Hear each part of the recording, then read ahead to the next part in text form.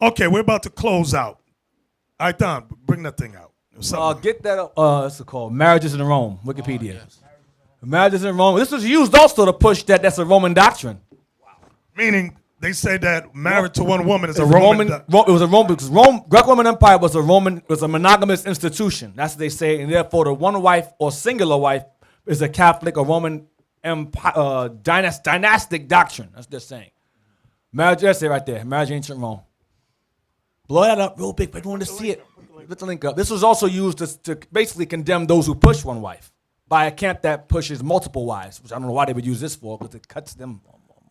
Now, Wikipedia is something that's public information is provided, but I'm using it because this was used by polygamous camps, so I'm using what they use. It says marriage in ancient Rome was the strictly monogamous institution. I'm going to prove to you later on in this article that's a lie. By law, could only have one spouse at a time. The practice of monogamy, one wife, distinguished the Greeks and Romans from other ancient civilizations in which elite males typically had multiple wives. What's the elite mean? What does that mean, high society? What do you mean? It means they had money. They had wealth. Solomon had wealth. David had wealth. Abraham had wealth. Jacob had wealth. You understand?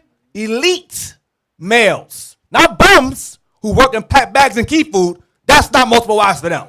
Elite males. I work in Kmart. I got 4 wives. You're 4 retarded.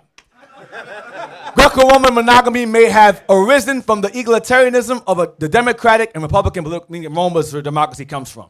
It is one aspect of ancient Roman culture that was embraced by early Christianity. You ain't get it. It was one aspect of ancient Roman culture that was embraced. What's embrace mean? It was accepted by early Christianity. Click early Christianity, please see what that is. Let's go down. It is the period of Christianity proceeding before the Council of Nicaea, before Roman Catholic Church. Just before the Roman Catholic doctrine came out. Click apostolic age. It says divided into the apostolic age. Click that, please. Let's see what that is. Because early Christianity goes back to the apostolic age. Let's see what that pertains to. The apostolic age is the history of Christianity, is traditionally the period of the 12 apostles. Okay? Jump down.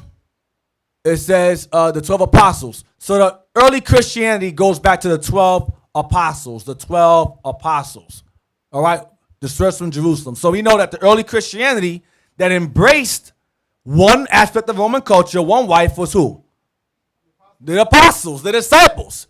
That's why Christ brought the example of Adam and Eve first. You understand? And when you read the scriptures, they refer to Christ as our bishop. And the bishop is to have one wife. So if Christ were to get married, he was on his job, he would have had only what? One wife. It's that simple. So according to, now go back to Rome again, real quick. Go back to Rome again.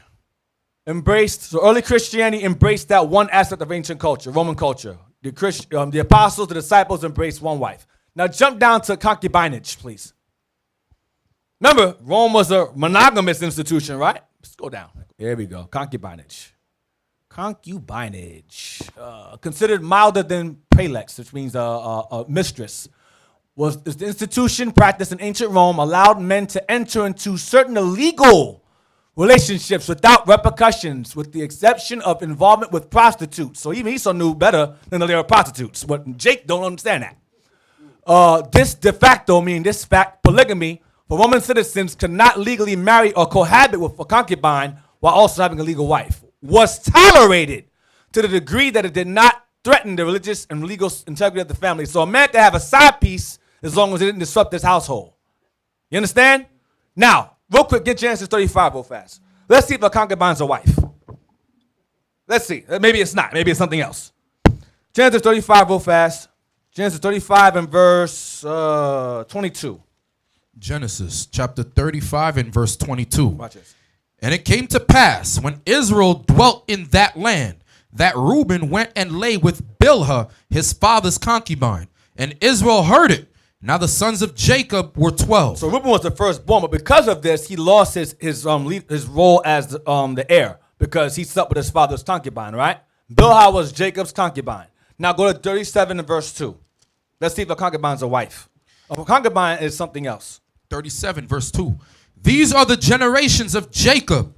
Joseph, being 17 years old, was feeding the flock with his brethren, and the lad was with the sons of Bilhah, and with the sons of Zilpah, his father's wives. His father's what? His father's wives. It mentions Bilhah and Zilpah, his father's what? Wives. So a concubine is a lesser wife. So the Romans were allowed to have other women as wives, but it wasn't legal. But it was tolerated. Rome said, whatever, you can have multiple women on the side. Now go back there again.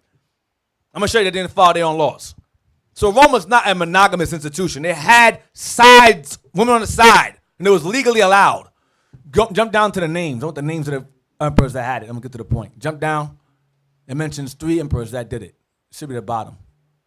Oh, there we go. It says, while the official Roman law declared that a man could have not a concubine at the same time he had a wife, there were various notable occurrences of this, including famous cases of Emperor Augustus, who pushed that law. He didn't keep it. Marcus Aurelius didn't keep that, and Vespasian didn't keep it. So the Roman Empire, they were allowed to have more than one wife. One was legal, the other one was not, and Rome didn't care either or. There was basically a suggestion. It wasn't even a law, it was a suggestion. So Rome had more than one, but regardless of that, the early Christians would have embraced the doctrine of Rome being able to have only one wife, because they were teaching one wife based on Timothy 3, based on Titus 1. You understand? So that means the early Christians were homosexuals, based upon what they're saying. Because it says that early Christians, the disciples, apostles, embraced one wife. That means they were homosexuals. I mean, what these men is facing is self-discipline they don't have. That's what they're into, spirit you call homongering. Then they wanna. You notice that they will take words out of the scriptures talking about when they're talking about one wife is the church, because they want to justify their wickedness instead of being disciplined. When you're dealing with Christ, is a spirit of discipline. You have to discipline yourself. That's what Christ is a spirit of discipline. Right. The word for that is called being incontinent. When you lack restraint. That's it, or insatiable. That's the term for that. I'll take 15 women. Yeah. You're going to take 15 parts of herpes also going along with it. Because diseases exist. Brothers think that they're invincible.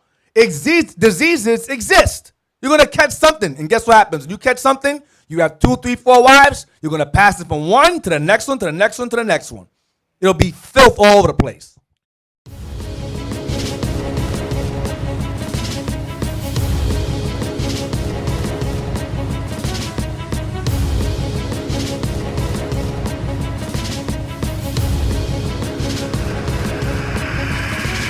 Shalom, Israel. I'm Elder Nathaniel of Israel United in Christ. YouTube likes to shut our channels down, as some of you have noticed, ever so often. Subscribing to join IUIC will assure you will always stay connected to our YouTube accounts. We want to do our best to make sure this truth gets out. Please click and join our subscriber YouTube channel called Join IUIC to stay linked to all of our videos. So again, please make sure you subscribe to this Join IUIC channel to get your latest updates from all our YouTube channels. Shalom.